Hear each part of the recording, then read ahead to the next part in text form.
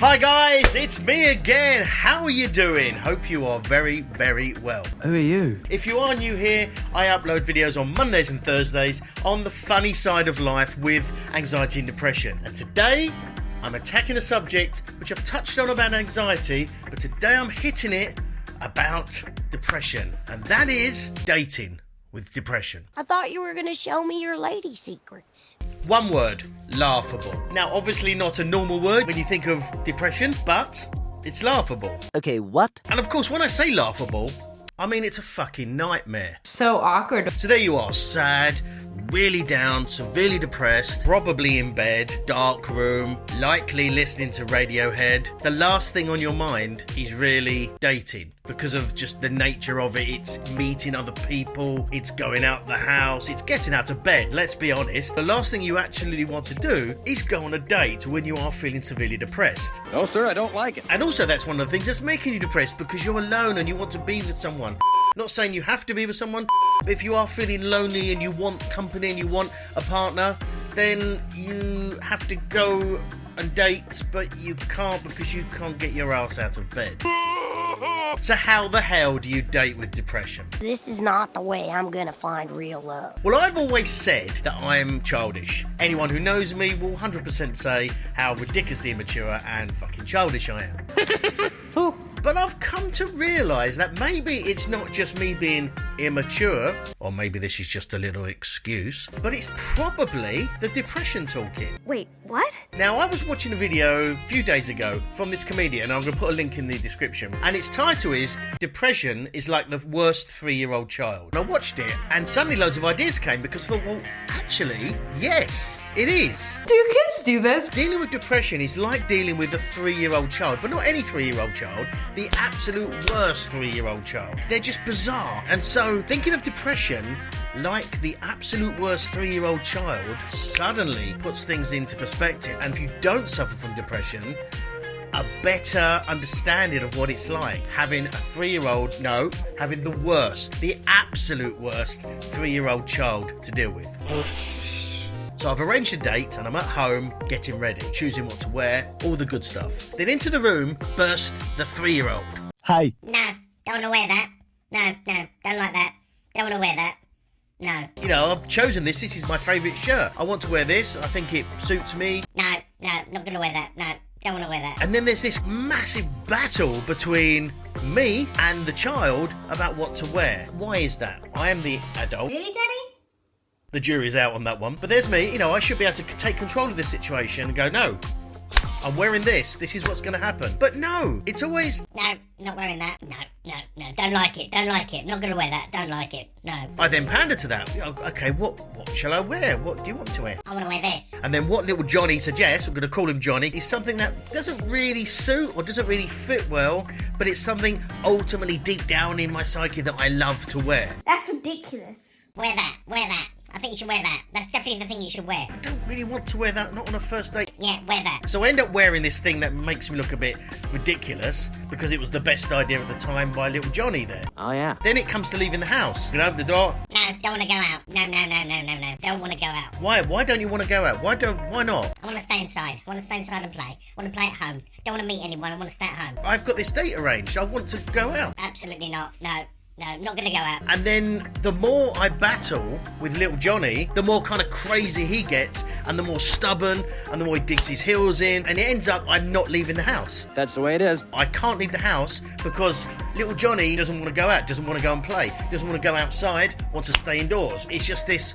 battle, and ultimately little Johnny wins every single time. And of course, meeting new people, part of dating is meeting new people, and that at the best of times can be awkward, but with little Johnny in tow, You sick little monkey! so I'm looking forward to meeting someone new, and then little Johnny's there going, I don't want to talk. and the other person saying to me like, how are you, what do you do, whereabouts do you live? Hey, baby. All particularly normal, standard, friendly questions as you would say to someone, and yet Johnny's, No, I'm not talking. I'm just going to sort of hide behind so I don't have to talk to anyone. I end up saying just the bare minimum of almost one-word answers, and just this awkwardness of interaction with someone who's being super, super friendly, and yet I'm being really fucking weird. Also looking down, no eye contact, and just this internal battle with little Johnny. No, don't want people to see me. I don't want to be outside. It's like, what? in this conversation with this lovely person, they're speaking and I'm one-word answers looking down. Terrible, absolutely terrible. All because of little Johnny. Stupid dumbass. So being on a dinner date is really interesting because I'm there, I'm ready to order, I'm looking at the menu, the other person's looking at the menu, it's all good, it's all friendly, it's all lovely. What could possibly go wrong? Then little Johnny pipes in. I want that, I want that, I want that, I want that. All the things I want are on the menu, but then because I'm feeling uncomfortable, because I'm feeling maybe a bit awkward, maybe a little bit anxious, that little Johnny, I want that, I want that, I want that. and I end up over-ordering whatever the other person orders. I want that. I order exactly what they want and what I want, just so it's all kind of comfortable. What is wrong with you? It's only because little Johnny's going, I want that, I want that. just like a little fucking 3-year-old does, wants everything, but then eats nothing. I order everything, but then not eat anything. One, because I'm nervous. Also, I've just over-ordered. It's ridiculous. I've ordered like 6 dishes. You are a retard. The other person now thinks I'm a complete freak. I've ordered all this random food, which I have to pay for, so I'm feeling shitty now. They think I'm a freak. I feel shitty. It's not going well. It's funny because it's true. So maybe a better idea would be to go to the cinema next time. But what could possibly go wrong with the cinema? You're in the dark, you're watching the film, it's all nice and romantic, all good. No, because then little Johnny pipes up. I'm bored, I want to go home. No, don't like it, no, I'm bored. What can we do, what can we do? Have you got any sweets? I want to go to the toilet. Lots and lots of little reasons to get the hell out of there. And why is that? I don't know. In a nice dark room, watching a film, it's the most comfortable situation for anyone with depression, being in a dark room watching a film, because you can't see anyone else, it's all good. To be honest, worst place for a date, but best place for someone who's got depression.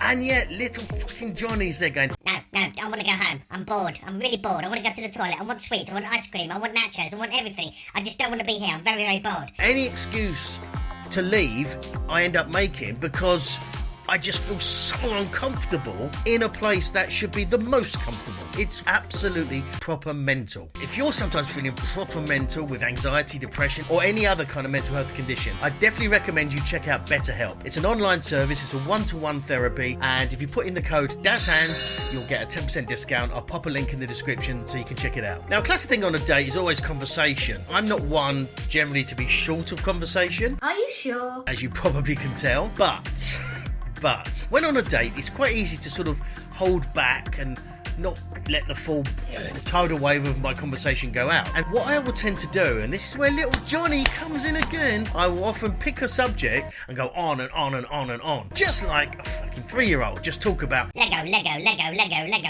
Oh, look at this Lego, Lego, Lego, Lego. and that's what I find myself doing. I'm speaking about one specific subject on and on and on again, rather than switching it up or rather than asking what the other person's doing. It's just that constant pounding of a conversation, and by the end of it, the person just looks sort of steamrolled because I've just vomited conversation all over them. And it's just that little effect of little Johnny just going, I want to do that. No. he just repeats constantly the same thing and the same subject over and over and over and over and over and over and over. No watch. Over and over and over again. Much later. So realising that dealing with depression is really the same as dealing with the absolute worst 3-year-old child really has put things into perspective for me, and hopefully you can now see that, and it's quite interesting how that personification of that emotion, that feeling, that condition makes it easier to sort of comprehend it. And I don't know about deal with it. I'm working on that one. Work in progress. I'm already hearing voices. It's an interesting concept and something I want to explore a bit more, because the more I look at this in various situations, the funnier it is and the more ridiculous it is, and particularly with depression and dating. So I'd love to know your experiences with dating and depression. Let me know in the comments below. And if you have enjoyed this, I would really appreciate a like on the video. Just tickle that like button. You haven't got to smash it. And of course, as always, please subscribe if you haven't already. Watch this other video up here. I think you'll like it. And remember, don't take life too seriously, because there's enough ridiculous shit going on, and hopefully you can have a laugh at it. See you next time.